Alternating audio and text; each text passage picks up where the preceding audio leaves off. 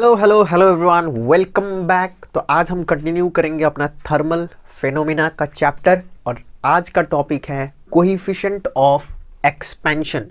जहां पर हमने लीनियर एक्सपेंशन कंप्लीट कर लिया है, अब हम करेंगे सरफेस एक्सपेंशन, है ना, या फिर सुपरफिशियल एक्सपेंशन बोल लो, और वॉल्यूम एक्सपेंशन। अगर तुमने पिछला लेक्चर ध्यान से देखा है, अगर तुम्हें लीनियर एक्सपेंशन आता है बढ़िया तरीके से, तो कोई दिक्कत वाली बात नहीं है, बढ़िया आराम से हो जाएगा। ठीक है ना। देखो, पिछले लेक्चर में हम थोड़ा सा एकदम स्टेप बाय स्टेप सीख रहे थे सब कुछ। अब उतना टेंशन नहीं लेने का है। क्यों? तुम्हें अब आता है भाई, तुमको आता है। देखो कैसे आता है। चलो शुरू करते हैं। Coefficient of superficial expansion.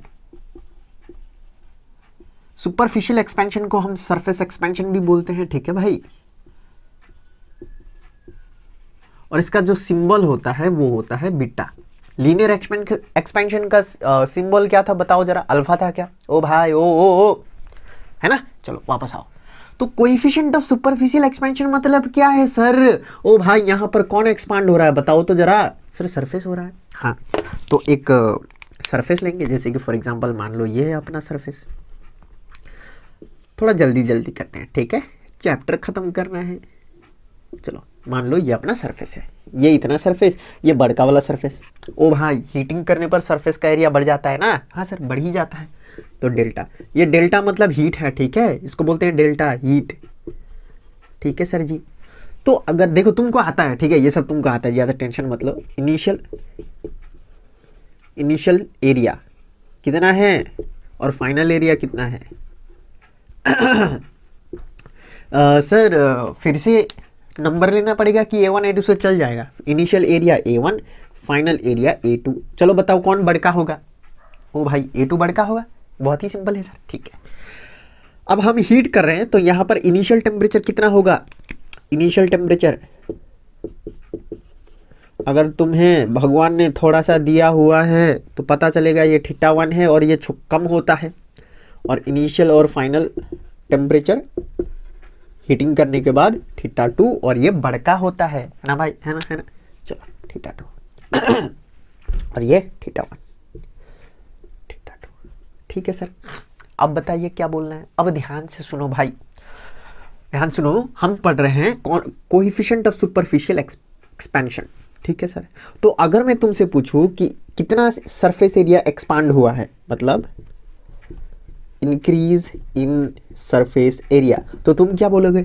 अरे सर जी, ऐसा घटिया क्वेश्चन मत पूछिए, ये तो हमारा इज्जत का सवाल है, आप फालतू फालतू क्वेश्चन पूछते हैं इजी, है ना, ये तो हमको इजीली आता है। A2 - A1। ओ भाई ओ, अगर ये 6 सेंटीमीटर स्क्वायर है, हीटिंग करने के बाद 10 सेंटीमीटर स्क्वायर हुआ, तो कितना का इंक्रीज हुआ सरफेस एरिया? सर 10 - 6 4 हुआ, है ना। ये आना चाहिए तुमको। हाँ सर आता है। आगे बढ़िए, थोड़ा आगे बढ़िए सर। तो इसको बोलते हैं इंक्रीज इन सरफेस एरिया। और ये जो सरफेस एरिया इंक्रीज हुआ है, इसको बोलते हैं हम लोग इंक्रीज इन सरफेस एरिया। अब मैं दूसरा पूछता हूं तुमको, fractional increase in surface area. अगर ये पूछूं तुमसे तो तुम क्या बोलोगे? सर चूल्हा में चाय रखा हुआ है, उबल के गिर जाएगा, हम देखने जाते हैं, हमको ये नहीं आता है। नहीं आता है नहीं बोल सकते तो बहाना मार के भाग जाओगे क्या? नहीं सर, कल ही आपने बोला था कि इन fractional increase in surface area मतलब कितना सरफेस एरिया इंक्रीज हुआ है और पहले कितना था। ओ भाई, हाँ सर जी समझ में आ गया। ओ भाई मत बोलिए सर, ये हमको पता है, हमको आता है ये सब। हाँ ठीक है, ठीक है भाई, मानते हैं, हम मानते हैं। चलो दूसरा। अब ध्यान सुनो, टेम्परेचर इंक्रीज कितना हुआ है? Increase in temperature, increase in temperature, temperature कितना इंक्रीज हुआ है? सर θ2 हुआ है, पहले θ1 था, तो θ2 - θ1। कि तुमको आता है ना भाई? ओ भाई हाँ सर आता है। तो θ2 - θ1 टेम्परेचर इंक्रीज करने पर कितना सरफेस एरिया इंक्रीज हुआ? A2 - A1/A1। इतना डिग्री सेल्सियस या फिर इतना केल्विन, इतना डिग्री सेल्सियस टेम्परेचर को इंक्रीज करने पर इतना फ्रैक्शनल इंक्रीज हुआ एरिया में। तो अगर मैं तुमसे पूछूं कि 1 डिग्री सेल्सियस में कितना होगा? ओ भाई, तो A2 - A1/A1 और इसके नीचे θ2 - θ1, क्या यही आएगा क्या? मतलब 1 डिग्री टेम्परेचर राइज करने पर इतना फ्रैक्शनल सरफेस एरिया बढ़ता है भाई। ओ ओ ओ ओ 1 डिग्री सेल्सियस राइज कराने पर इतना फ्रैक्शनल सरफेस एरिया इंक्रीज होता है ना। चल हाँ सर बढ़िया, मजा ही आ गया। और इसी को हम क्या बोलते हैं? Superficial expansion, coefficient of superficial expansion. तो हम लिख सकते हैं coefficient of superficial expansion is equal to A2 minus A1 बट्टे A1 theta 2 minus theta 1। Sir बड़ा ही मजा आ गया। और इसका सिंबल क्या होता है भाई? Coefficient of superficial expansion beta होता है, ठीक है। तो ये बीटा भी है, इसको बीटा लिख देते हैं। क्या तुमको समझ में आया? सर लेकिन आप तो डेफिनेशन बता ही नहीं रहे हैं। ओ भाई पहले डेफिनेशन नहीं करते, पहले कॉन्सेप्ट को समझते हैं। मतलब अगर मैं तुमसे कहूं कि सुपरफिशियल एक्सपेंशन मतलब क्या है, कोएफिशिएंट ऑफ सुपरफिशियल एक्सपेंशन हमको क्या बताता है? हमको ये बताता है कि 1 डिग्री सेल्सियस टेम्परेचर बढ़ाने पर 1 डिग्री सेल्सियस टेम्परेचर बढ़ाने पर कितना सरफेस एरिया इंक्रीज होगा, ठीक है। चलो आगे बढ़ते हैं। अब जानते हैं यूनिट ऑफ सुपरफिशियल एक्सपेंशन क्या होता है, कोएफिशिएंट ऑफ सुपरफिशियल एक्सपेंशन। तो यूनिट देखो कितना जल्दी हो गया ना, क्योंकि हमने लीनियर एक्सपेंशन को एकदम तसल्ली से करा था, है ना। Unit of superficial expansion, unit of superficial expansion. तो यूनिट मतलब क्या है, तुमको फॉर्मूला याद करना है। जैसे कि अगर मैं यहाँ पर एरिया का वैल्यू रख दूँ, ठीक है। जैसे कि यहाँ पर मैंने लिया था 6 centimetre square minus sorry final क्या था मेरा 10 सेंटीमीटर स्क्वायर, है ना। इधर में 6 सेंटीमीटर स्क्वायर डिवाइडेड बाय पहले 6 था, उसके बाद टेम्परेचर मैंने क्या लिया था 29 और इस साइड 25। याद है भाई 29 degree Celsius minus 25 degree Celsius. याद है? ये सब मैं वैल्यू लगा रहा हूँ ताकि मुझे यूनिट का पता चल जाए। देखो यहाँ पर ये सॉल्व करने पर, यहाँ पर ये सॉल्व करने का 4 नीचे नहीं आ रहा होगा शायद, इधर कर लेते हैं। 4 सेंटीमीटर स्क्वायर आएगा, है ना, इन दोनों को सॉल्व करने पर। और यहाँ पर 6 सेंटीमीटर स्क्वायर और ये into 4 degree Celsius. 4 cancel, centimetre square centimetre cancel हो जाएगा, लेकिन तुमको कैंसिल नहीं करना है, ठीक है। ये रॉन्ग होएगा। शायद मैंने पिछले वीडियो में ऐसे कट कर दिया था, लेकिन तुमको सॉल्यूशन करते वक्त यूनिट को कट नहीं करना है, तुम्हारे दिमाग में कट करना है। ये और ये कट हो जाएगा, सिर्फ बचेगा 1/6 डिग्री सेल्सियस।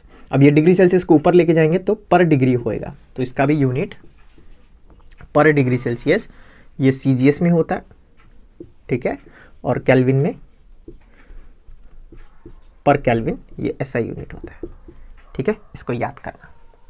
तो जो यूनिट है ना भाई, यूनिट वो हम फॉर्मूला से भी डिराइव कर सकते हैं, ये अपने दिमाग में रख लेना, ठीक है। जैसे कि फॉर एग्जांपल अगर मैं तुमसे पूछूं कि प्रेशर का यूनिट क्या होगा, अगर मैं तुमसे पूछूं कि प्रेशर का यूनिट क्या होगा, तो तुम क्या बोलेगे? सर प्रेशर मतलब force applied per unit area है, फोर्स का यूनिट न्यूटन, एरिया का यूनिट मीटर स्क्वायर, तो ये हो जाएगा न्यूटन पर मीटर स्क्वायर। ये होता है प्रेशर का यूनिट, और इसी को पास्कल भी बोलते हैं हम।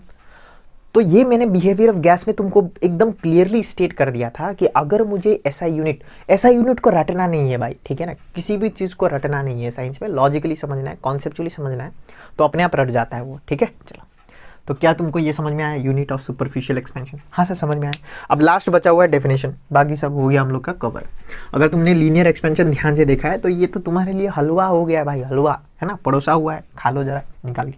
चलो तो डेफिनेशन के लिए भी हम यही फॉर्मूला का ही यूज करते हैं, beta equals to A2 minus A1 बट्टे A1 थीटा 2 माइनस थीटा 1, है ना। चलो लिखते हैं। तो coefficient of superficial expansion may be defined, ये लंबा करने का तरीका है, may be defined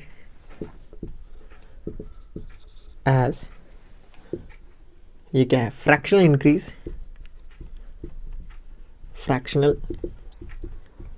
increase in the surface area of a solid. ये सॉलिड का एक्सपेंशन का बात कर रहे हैं ना भाई हम लोग, अभी लिक्विड में नहीं पहुंचे। Surface area of solid per unit या फिर पर डिग्री राइज इन टेम्परेचर, पर डिग्री राइज इन टेम्परेचर। क्या बहुत ही सुंदर और बहुत ही मज़ेदार हो गया क्या भाई? रिकॉर्ड हो रहा है ना? हाँ रिकॉर्ड हो रहा है। क्या तुमको एकदम बढ़िया मज़ा आया कि नहीं आया?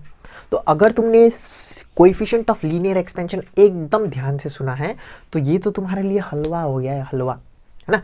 अब ऐसे ही स्पीड से हम क्यूबिकल एक्सपेंशन या फिर वॉल्यूम एक्सपेंशन को भी कवर कर लेंगे, ठीक है। चलो फटाफटी करते हैं।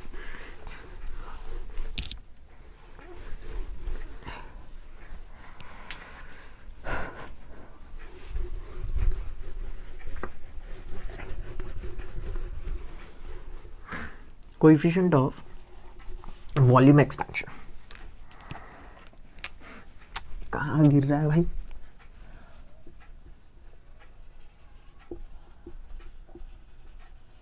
कोएफिशिएंट ऑफ वॉल्यूम एक्सपेंशन जल्दी करते हैं, ठीक है। चलो तुमको ये आता है क्या? बताओ ये क्या है? सर ये तो डस्टर जैसा लग रहा है जो 2-3 दिन पीछे मेरे सर में लगा था, मास्टर ने फेंक के मारा था। सर काहे मारा था? सर बातें कर रहे थे क्लास में, खुचुर खुचुर। चलो देखो देखो, ये अपना सॉलिड है, इसका वॉल्यूम, इनिशियल वॉल्यूम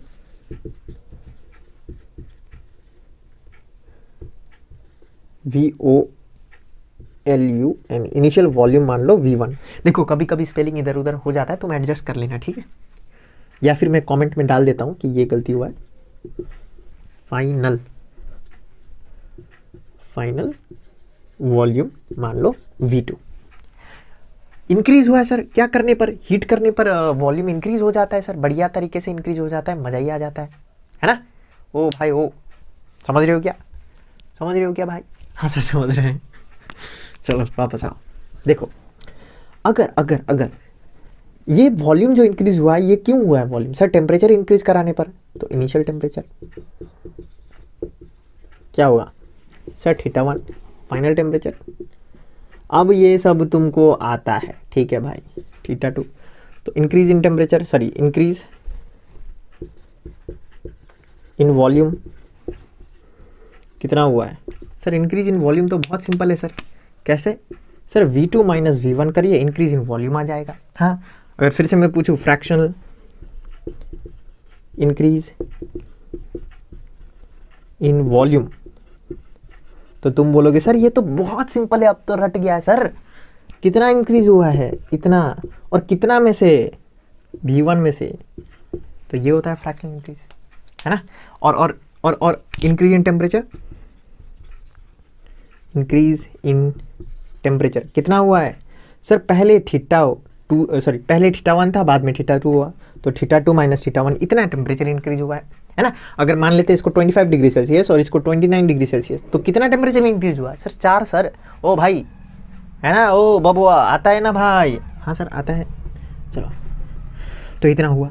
और फिर से मेरा क्वेश्चन वही है कि θ2 माइनस θ1 डिग्री सेल्सियस इंक्रीज होने पर, इतना टेम्परेचर इंक्रीज होने पर वॉल्यूम कितना इंक्रीज हुआ? Fractional increase in volume sir V2 minus V1 by V1, इतना हुआ है सर, बहुत ही सिंपल, है ना। तो 1 डिग्री सेल्सियस में कितना होगा? यूनिटरी मेथड लगाओ सर, V2 माइनस V1 बट्टे V1, और नीचे में आ जाएगा θ2 माइनस θ1। तो इतना हुआ, मतलब 1 डिग्री टेम्परेचर राइज करने पर, 1 डिग्री टेम्परेचर राइज करने पर इतना फ्रैक्शनल वॉल्यूम इंक्रीज होता है। ओ भाई और बहनों, समझ में आ रहा है क्या तुमको? एकदम खोपड़ी खोल के सुनो भाई, 1 डिग्री सेल्सियस राइज करने पर इतना फ्रैक्शनल वॉल्यूम इंक्रीज होता है सर, ठीक है। तो इसको क्या बोलते हैं हम लोग? इसको क्या बोलते हैं हम लोग? कोएफिशिएंट ऑफ वॉल्यूम एक्सपेंशन, ठीक है। तो इसको क्या बोलते हैं हम लोग? कोएफिशिएंट ऑफ वॉल्यूम एक्सपेंशन, और इसको गामा बोलते हैं भाई, गामा। और फॉर्मूला क्या है? V2 माइनस V1 बटे V1 θ2 माइनस θ1, ठीक है। क्या तुमको समझ में आया? हाँ सर समझ में आया, बढ़िया, मजे से समझ में आया। और फॉर्मूला लिखते हैं। फॉर्मूला मतलब डेफिनेशन क्या होगा सर इसका? सर डेफिनेशन तो बहुत ही प्यारा प्यारा नन्ना मुन्ना, इसी को यूज़ करते हैं, ऐसे करते हैं और लिखते हैं। यार कोई मार्कर ही नहीं चल रहा। Coefficient of volume expansion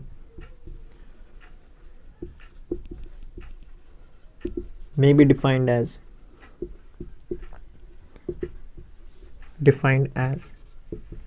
the fractional increase in volume of solid per degree rise in temperature। बस बहुत ही सिंपल, बहुत ही सुंदर, बहुत ही क्यूट, बड़े ही मजेदार सा डेफिनेशन है sir. Fractional increase in volume per degree rise in temperature, fractional increase in volume per degree rise in temperature. अब तो छप ही गया होगा दिमाग में कि नहीं छपा है, कि एकदम ही टोपा हो भाई। ओ हाँ सर, समझ में आ गया काहे ओ कर रहे हैं, मजा ही आ गया सर हमको तो, है ना। तो यही है भाई coefficient of volume expansion, coefficient of linear expansion, coefficient of superficial expansion. Solid का एक्सपेंशन इतना ही है, खत्म हो गया सर। खत्म हो गया नहीं, एक और बचा हुआ है, रिलेशन पढ़ना है हमको, ठीक है, रिलेशन पढ़ना है सर। क्या रिलेशन सर, एक बार पूरा ही कोएफिशिएंट ऑफ